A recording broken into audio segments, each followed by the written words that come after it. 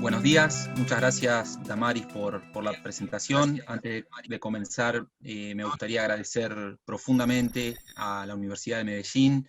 al grupo de investigaciones en Derecho Procesal, muy en especial, además de a Damaris, a Mónica Mejía, a Mónica Bustamante Rúa, a Diana Carvajal, y también a Federico Bueno y a Juan Corbalán, que me acompañan en esta primera intervención en este congreso, y también a quienes nos acompañan del otro lado de la pantalla. Para empezar a trabajar sobre este tema, creo que hay que tener en cuenta que en general la aplicación de nuevas tecnologías de la información y la comunicación, lo que se conoce como TICs, y en particular la inteligencia artificial, aunque en menor medida, es algo que ha avanzado de manera extraordinaria en distintos campos y disciplinas sociales. Si nosotros nos ponemos a ver el mundo del trabajo, nos vamos a encontrar con un mundo completamente diferente. En Argentina, la semana pasada, se sancionó una ley de teletrabajo haciéndose un poco cargo de esto,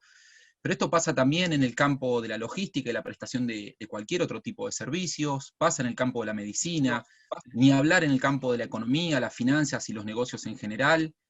También el Estado ha avanzado en algunas de estas cosas para ejercer su poder tributario de una manera más eficiente, y ni que hablar de las relaciones sociales, de cómo han cambiado con la incorporación de estas nuevas herramientas. A pesar de eso, lo que no ha cambiado son nuestras formas de resolver conflictos. El proceso judicial ha sido histórica y sistemáticamente reticente a la incorporación de este tipo de herramientas. Es un proceso que sigue anclado en el papel en general, más allá de las reformas que sobre todo en los últimos 10 años se han dado en la región latinoamericana, continúa mayormente anclado en un procedimiento escriturario y en estructuras arcaicas, pensadas para una sociedad que ya prácticamente no existe más, y para trabajar sobre ciertos tipos de conflictos que han cambiado drásticamente, sobre todo desde la convencionalización y la nueva oleada de reformas constitucionales que se dio en nuestra región en los últimos 30 años. La verdad que es curioso que se mantenga esta reticencia hasta el día de hoy, sobre todo si consideramos, por un lado, el reclamo generalizado de la ciudadanía y la autocrítica también de los propios operadores del sistema sobre la ineficacia y la ineficiencia que tienen los sistemas actualmente. Y por otro lado, con el volumen de causas que tienen que gestionar regularmente los tribunales. Muchas de estas causas, además, podrían calificarse como litigios repetitivos, donde el uso de la inteligencia artificial permitiría obtener y sistematizar muchísima información que hoy no se está trabajando, y permitir resolver estos conflictos de una manera mucho más eficiente. A esto también hay que agregar un reclamo también histórico y sistemático de falta de recursos de parte del Poder Judicial. El Congreso Mundial de Estambul de la Asociación Internacional de Derecho Procesal, que fue a fines del año 2015, se dedicó exclusivamente a tratar la tutela judicial efectiva en tiempos de austeridad, con lo cual indudablemente es un tema relevante para la agenda y llama poderosamente la atención que no se estén utilizando estas nuevas tecnologías en general, y en especial la inteligencia artificial, para aplicar de la manera más eficiente posible recursos que de por sí a lo largo y ancho de todo el mundo, cuanto menos se señalan los expertos, son escasos. La pregunta es ¿por qué no entonces? Y creo que acá hay razones de distinta índole. Por un lado, y especialmente, me parece que hay un sesgo conservador y fuertes presiones corporativas para que no se avance con esto, para que no se avance con la incorporación de la inteligencia artificial y de las nuevas tecnologías en general al proceso. Creo que acá juega fuerte una cuestión generacional. Este es un aspecto no menor que deberíamos considerar, un poco revisando algunas cosas y buscando información. Pensemos que hace 20 años, no 50 ni 100, hace 20 años usábamos teléfonos públicos con monedas, regularmente, usualmente, y los teléfonos celulares eran prácticamente un lujo, cosa que hoy nos parece historia antigua, ¿no? Un teléfono público, una cabina pública. Sin embargo, estoy hablando de hace 20 años, esto era lo que estábamos usando para comunicarnos. Claramente lo que hay es una nueva era social desde ya, esto de la cuarta revolución, específicamente en materia de prestación de servicios,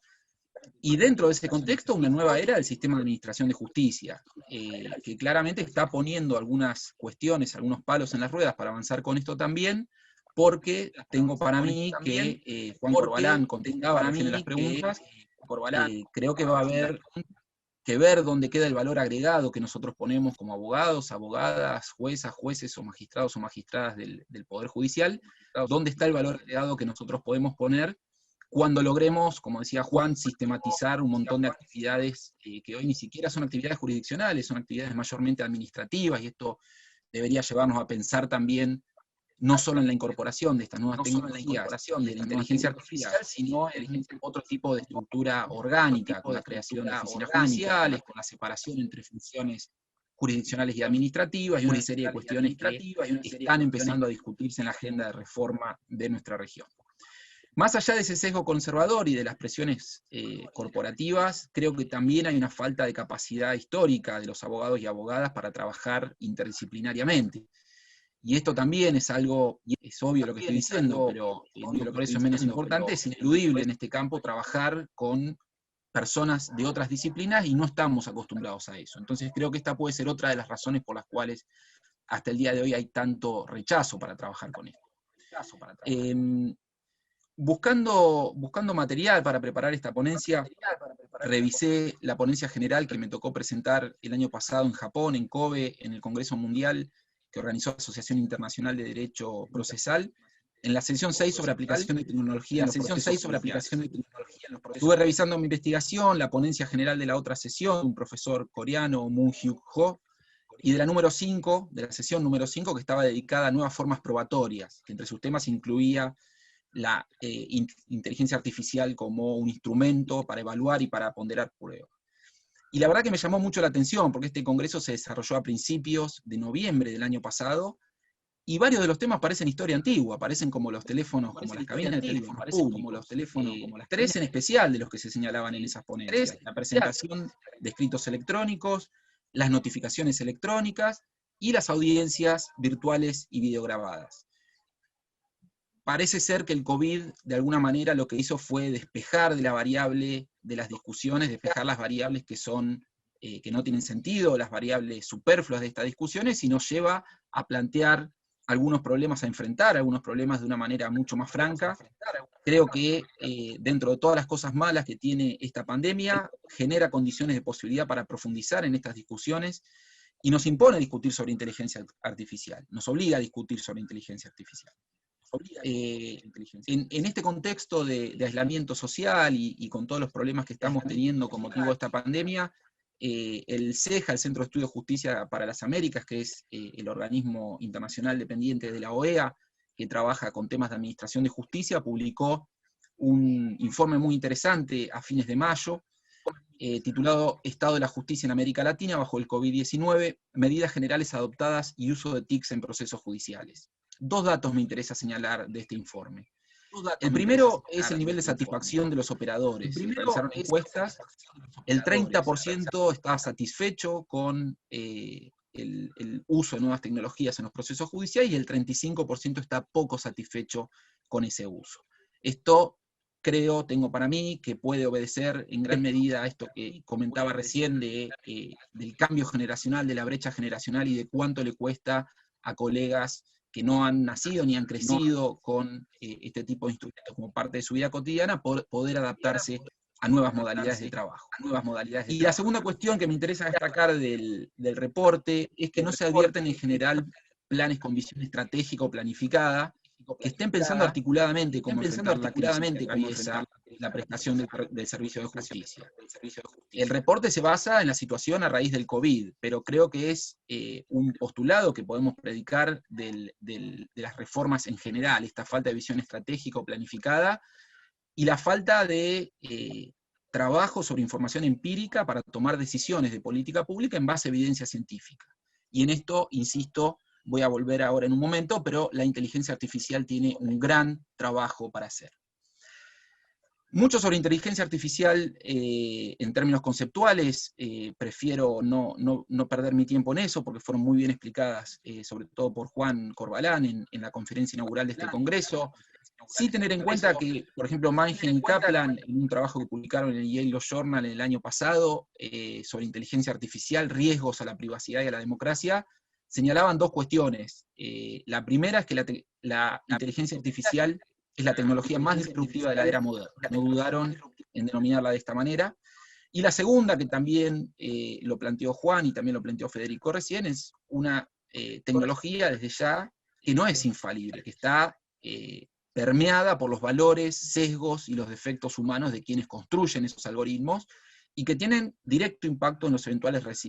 resultados de los procesos lógicos que se derivan de estos algoritmos. La ciencia del comportamiento están estudiando este tema de sesgos, también, como dijo Juan, claramente son ineludibles en cualquier decisión humana, pero bueno, de ahí también viene la relevancia de la motivación de las sentencias para explicar, justamente para abrir esa caja negra que es la cabeza del juez, y explicar y motivar por qué se llega a las decisiones que se llega, cuestión que sería muy difícil, por no decir imposible, mostrar cuando el resultado se obtenga a través de un proceso de inteligencia artificial. Y eso tiene un problema en términos democráticos que creo que hay que atender. Ahora, ¿por qué la inteligencia artificial tiene tanta relevancia actualmente? Por un problema que también es común a la sociedad en general y no solo al proceso judicial, que es el volumen de información que estamos manejando. El volumen de información que estamos manejando, el tipo de información que estamos manejando y el lenguaje, además, en el que se transmite la información que estamos manejando. El tipo de soporte en el que hoy entra la prueba documental al proceso es cada vez más soporte digital y cada vez menos soporte papel.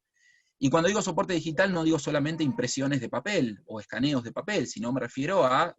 documentos escritos en código, en lenguaje informático, que hacen que sea muy difícil procesarlos, analizarlos y sistematizarlos. Y además del tipo de soporte y del tipo de lenguaje, está desde ya el problema del volumen, el tipo de información que hay que procesar. En casos individuales puede llegar a ser simple, pero en ciertos casos complejos o en casos colectivos ni hablar, esto se agrava. Hay que manejar muchísima información y en esto también, además de ayudar la inteligencia artificial, presenta un desafío muy importante que tiene que ver, y en esto son consistentes todos los autores que trabajan con el tema, en la protección de la privacidad y en la protección de la confidencialidad de cierta información. Ahora, ¿para qué podemos usar la inteligencia artificial dentro del proceso judicial en este contexto, insisto, de falta de recursos, de enorme volumen de información a manejar y de un reclamo por ese volumen de trabajo y de tribunales que están abarrotados de causas? Creo que la inteligencia artificial se la puede mirar desde dos puntos de vista.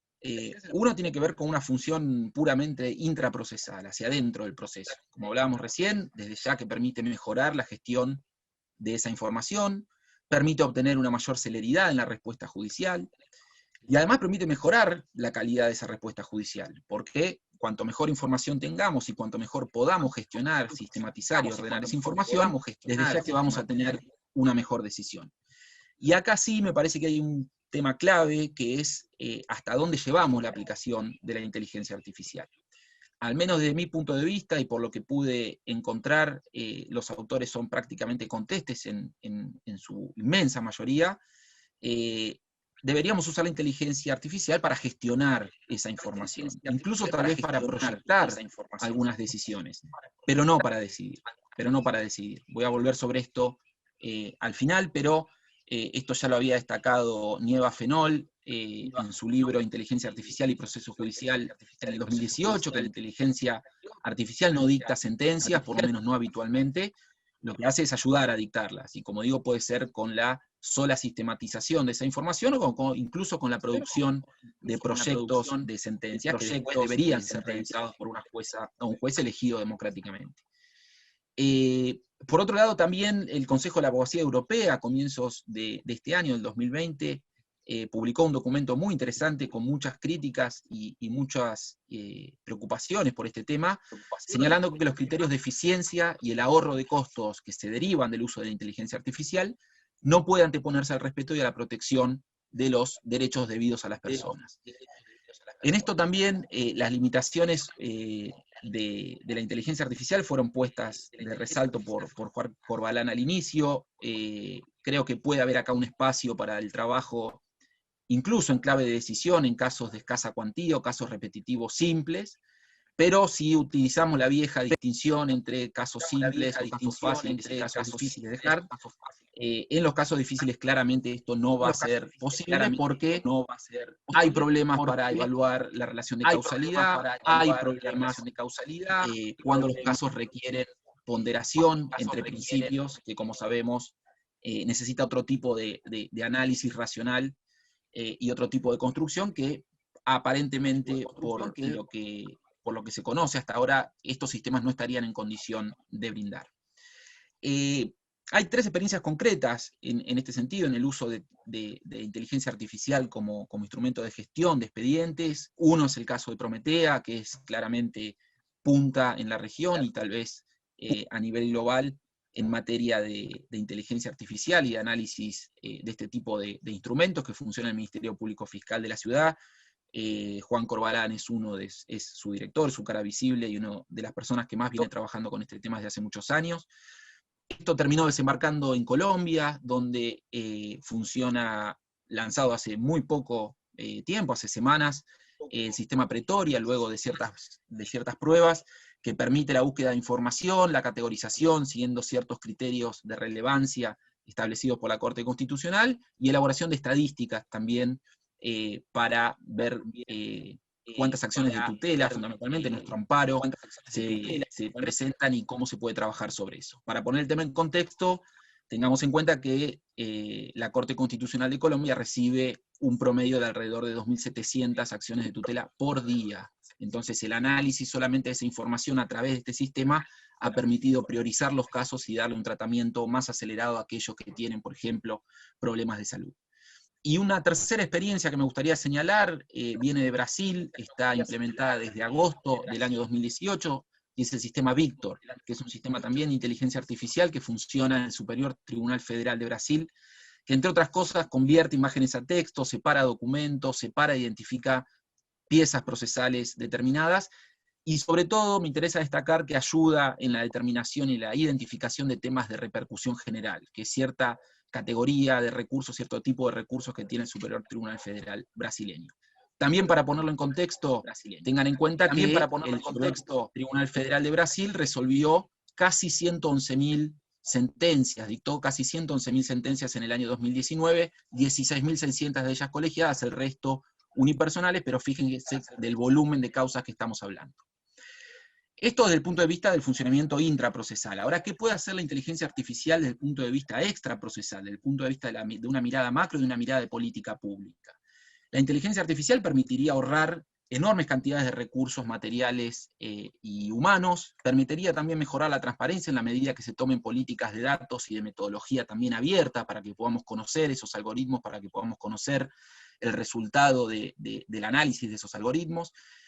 y desde ya que permitiría la construcción de políticas públicas de justicia basadas en evidencia. En Argentina estamos discutiendo en este momento algunas reformas orgánicas y algunas cuestiones de funcionamiento de la Corte Suprema, por cuestiones de congestión sobre todo, y lo mismo ocurre en distintos países de nuestra región. Contar con estas herramientas permitiría tener otro tipo de información y tomar, por tanto, mejores decisiones en materia de política pública.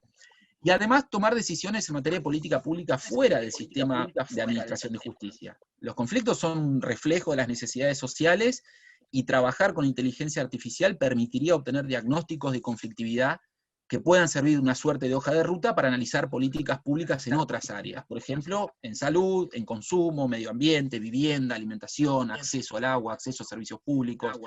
y distintas cuestiones que, como digo, podemos encontrar un buen espejo dentro del Poder Judicial con los conflictos que se plantean, pero necesitamos otro tipo de herramientas, como por ejemplo la inteligencia artificial, para poder analizar, procesar y sistematizar esta información. Para terminar, en definitiva, creo que es necesario avanzar en su implementación, y es urgente avanzar en su implementación, pero hay que hacerlo con cautela, sobre todo desde dos perspectivas. Por un lado, en clave de política pública integral. Y acá hay que prestar atención a la cuestión presupuestaria, porque estos sistemas, el desarrollo de estos sistemas y el mantenimiento de estos sistemas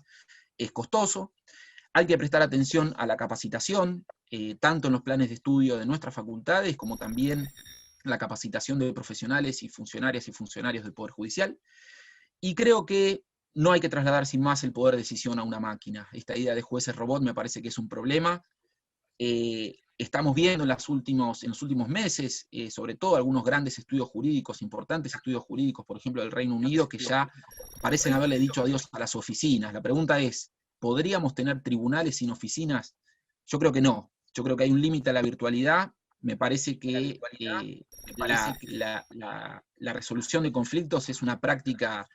cultural, política, social, histórica, muy relevante como para dejarla remitida y relevada a un algoritmo. Me parece que hay un problema también democrático atrás de esto y un problema de rendición de cuentas. Necesitamos no resignar una justicia humana confiando en la inteligencia artificial, y para eso creo que tenemos que confiar en inteligencia artificial, pero como un instrumento de gestión, no exclusivamente de decisión. Muchas gracias.